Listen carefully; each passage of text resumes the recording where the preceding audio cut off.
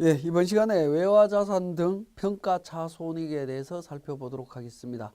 특히 이제 무역업 수출 관련되는 거래가 많은 경우에는 외화로 거래가 많이 일어날 거고요. 그 외화에 대한 환율 평가에 따른 내용들이라고 보시면 되겠습니다.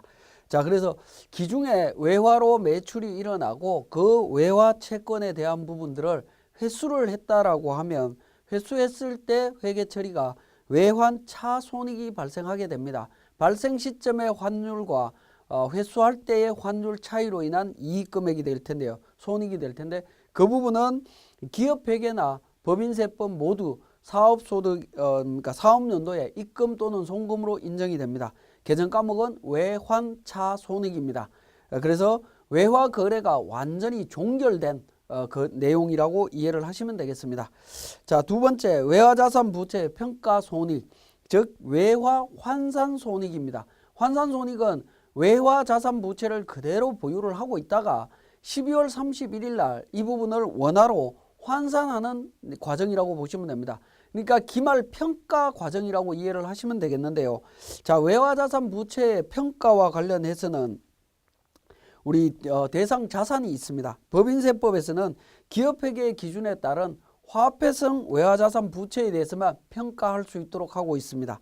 자, 화폐성 외화자산 부채라고 하는 부분은 자, 화폐 가치의 변동과 관계없이 자산 부채의 금액에 계약 기타에 의하여 일정액의 화폐액으로 고정되어 있는 경우를 말합니다.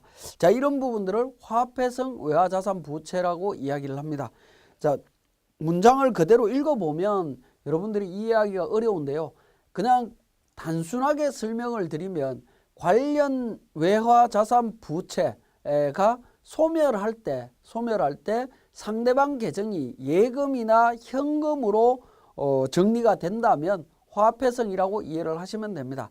자, 외화 외상 매출금을 예를 들면 외화 외상 매출금이 감소하게 되면 상대방 계정 과목, 차변 계정 과목은 현금이나 예금으로 올 수밖에 없습니다. 그러한 경우에는 화폐성이 됩니다. 외화 외상 매출금도 마찬가지입니다. 외상 매입금이 감소하게 되면 대변에서는 예금이나 현금으로 나갈 수밖에 없죠. 이런 경우 화폐성이 됩니다. 자, 선수금이나 선급금에 대한 부분을 한번 보면 외화 선수금을 받았다라고 하면 부채가 되겠죠. 그 선수금이 감소를 할 때는 상대방 계정 과목은 현금, 예금이 아니라 매출이라는 계정 과목으로 연결이 됩니다. 그렇기 때문에 선수금은 비화폐성이 됩니다. 선급금과 관련되는 부분은 자산이고요. 그 자산 계정이 감소할 때 상대방 계정 과목은 예금이나 현금이 아니고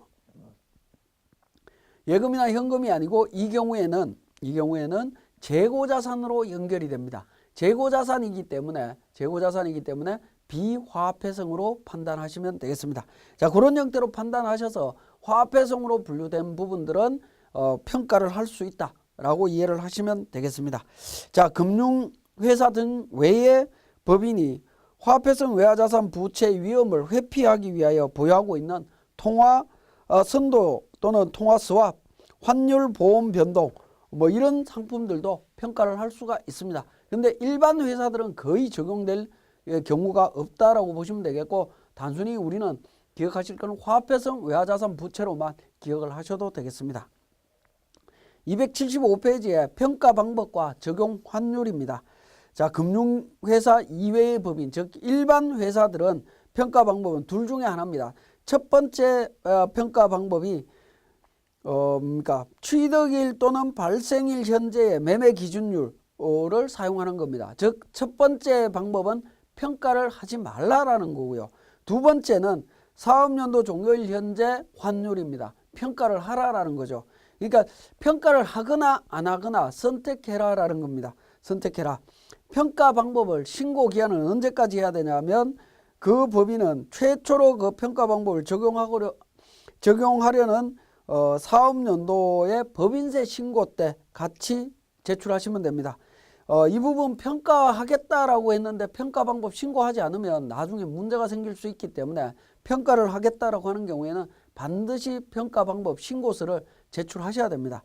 자, 그리고 한번 평가하기로 했다면 계속 적용해야 된다라는 겁니다.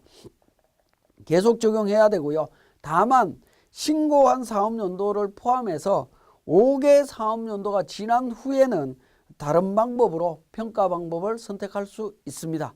그러니까 5년 동안은 계속 적용해야 되는 거고 그 이후에 평가 여부를 다시 판단할 수 있다라고 보시면 되겠습니다.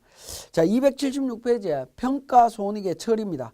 법인이 화폐성 외화자산 부채 등에 대한 평가한 원화금액과 원화 기장액의 차액을 당해 연도에 입금 또는 송금으로 처리하시면 되겠습니다. 이 경우 평가 방법을 신고한 경우입니다. 만약에 신고하지 않았다라고 하면 평가한 금액은 입금 불산입 또는 송금 불산입 처리가 된다라고 보시면 되겠고요. 자, 특례 부칙입니다. 외화자산 부채 평가에 관한 특례입니다. 자, 이 부분은 뭐냐면 사업연도 종료일 현재 평가하기로 한 방법에 대해서 최초로 신고한 날이 속하는 사업연도에 직전 사업연도 개시일 이전에 취득한 화폐성 외화자산 부채에 대해서 신고한 방법을 최초로 적용할 때는 원화 기장액은 직전 사업연도 개시일 전에 매매 기준율 등으로 평가한 금액으로 한다라는 겁니다. 자, 문장을 읽어보면 굉장히 어려운데 간략하게 말씀을 드리면 자, 이런 부분으로 이해를 하시면 됩니다. 자, 지금 우리가 평가하고자 하는 사업연도가 2017년입니다. 2017년 연말에 평가를 하겠다라는 겁니다. 평가하겠다라고 해서 최초 신고를 했습니다. 신고를 냈는데 외화자산이 예를 들어서 2011년에 외화 채권이 발생을 했다라고 가정을 하죠. 발생을 했습니다. 이 채권이 지금 계속 유지가 되고 있다라고 했을 때 이때 평가 어떻게 할 거냐 하는 겁니다. 2017년도 말에 환율이 1,200원이다라고 하면 1달러에 1,200원이다라고 하면 11년도 기준에 1달러에 예를 들어서 1,000원이다라고 하면 이때 환율 평가를 11년도부터 최초 발생 시점부터 지금 것까지를 전부 다 평가할 거냐는 부분인데 이렇게 적용하는 것이 아니고 17년도 평가하고자 하는 연말에 평가하고자 하는 바로 직전 연도 2016년 12월 31일 기준 환율 예를 들어서 1달러에 1,100원이었다라고 하면 1,100원과 이 부분을 평가해서 당해 연도 부분만 반영을 하겠다라는 겁니다. 과거에 중간에 있던 이 평가하지 않기로 했던 이 부분까지 고려하지 않는다. 그 내용을 우리 문장으로 굉장히 어렵게 설명을 하고 있습니다. 자, 기본적인 내용을 정리했고 우리 세무사랑 프로를 통해서 구체적인 내용 또 설명드리겠습니다. 자, 276페이지에 외화평가차 손익 조정명세서 작성해라라고 하면서 외화 보유 자산이 있습니다. 외화예금, 외화장기차입금. 자, 외화예금과 외화장기차입금은 화폐성입니다. 화폐성이고 외화금액과 장부상금액, 기말평가금액, 평가차손익에 대한 정보가 있습니다. 물론 우리 교재에서는 사례를 줄 때 이 자료가 이미 제시가 되어 있습니다만은 여러분들은 재무제표를 통해서 확인을 하셔야 되는 부분이고요. 당해연도 사업연도 말에 환율은 기준 환율 1250원 주어져 있습니다. 이 1250원을 기준으로 평가를 하시면 되겠고 회사는 기업회계 기준에 따라서 평가했고 사업연도 종료일 현재 매매 기준율을 기준으로 평가하기로 했고 평가 방법 신고서를 제출할 예정으로 되어 있습니다. 자, 관련되는 내용들을 보시면 우리 법인조정에서 과목별 세무조정에 보시면 화폐성 외화자산 등에 대한 특별계정 평가방법 신고서가 있습니다. 이 신고서에서 화폐성 외화자산에 대해서 금융기관 등 외의 법인은 첫 번째 방법, 두 번째 방법으로 평가를 할 수가 있는데 평가하지 않는다라고 하면 신고서 제출하실 필요가 없는데 사업연도 종료일 현재 매매 기준율 등으로 평가하겠다라고 하면 2번으로 체크를 하신 다음에 법인세 신고할 때 이 평가 신고서를 제출하시면 됩니다. 자, 간단한 부분인데 우리 평가 방법 신고서의 내용을 찾기가 어려워서 제출 못하는 경우들이 간혹 발생을 합니다. 그렇기 때문에 제대로 제출할 수 있도록 주의해 주시고요. 자, 이렇게 이제 제출을 함과 동시에 외화자산 등 평가차손익 조정명세서입니다. 자, 조정명세서에서 화폐성 외화자산의 종류, 외화 단위별로 종류별로 구분을 해주시면 되겠고요. 외화 금액 입력해 주시고 장부상 가액이 있습니다. 장부상 가액이라고 하는 부분은 우리 교재 277페이지에 맨 하단 부분 당구장 표시로 표시를 해놨는데 동그라미 4번 장부 가액은 기말 재무상태표상의 재무제표상의 금액을 의미하는 게 아니고요. 기업회계 기준에 따라서 평가손익을 반영하기 전의 금액이다라고 이해를 하시면 되겠습니다. 그러면 우리 교재 자료에 보시면 장부상 금액은 4,080만 원이고 기말 평가 금액은 4,300이라고 되어 있는데 기말 현재 나와 있는 4,300을 의미하는 것이 아니라 장부상 금액인 4,080만 원 평가하기 바로 직전의 금액을 의미한다라고 보시면 되겠고요. 자, 평가 금액은 적용 환율, 매매 기준율을 적용해서 원화 금액을 적용하시면 되겠습니다. 이때 적용 환율은 매매 기준율이고 이 매매 기준율은 서울 외국환 중개주식회사라고 하는 사이트에서 환율을 확인하시면 됩니다. 매매 기준율을 가끔씩 일반 시중은행에 있는 은행 사이트에서 확인하시는 경우들이 있는데 은행 사이트에서 확인하시게 되면 매매 기준율이 조금씩 다르다라는 겁니다. 시간대마다 환율이 고시가 새로 되기 때문에 금액들이 조금씩 달라집니다. 달라지기 때문에 우리 서울 외국환 중개주식회사에서 매매 기준율을 확인하셔서 그 내용을 적용하시면 되겠습니다.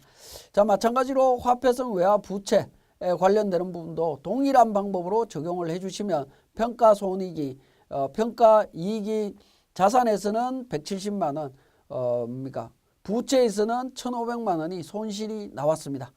자, 세 번째 탭으로 가서 환율 조정 차등 등에 대한 갑지가 있습니다. 갑지에서 보시면 가번에 화폐성 외화자산 부채 평가손익 단기손익 마이너스 1,330만 원이라고 나옵니다. 그러면 회사 계상액은 얼마냐는 부분인데 회사에서 외화자산 환산손익으로 인정한 금액이 되겠죠. 인정한 금액은 플러스 220과 마이너스 1,000만 원에 대한 부분 순액으로 780만 원 마이너스가 났습니다. 자, 그 부분을 조정하게 되면 550만 원에 대한 세무조정 사항이 발생을 한다라는 겁니다. 자, 이 550만 원에 대한 부분을 F3번 조정 등록을 통해서 적용을 해주시면 되는데 이 F3번 조정 등록을 통해서 정리를 하실 때 외화 예금과 외화 장기 차익금으로 이렇게 개별 자산별로 별도의 세무조정을 진행을 해주시면 되겠습니다. 우리 세무사랑 프로에서는 총액으로 하나로 제시를 하고 있지만 유보와 관련되는 사항들은 하나의 금액으로 세무조정을 하기보다는 관련된 자산 부채로 세무조정을 해주시는 것이 바람직합니다. 자, 지금까지 외화자산 부채에 대한 평가 조정 명세서에 대한 설명을 진행을 했습니다.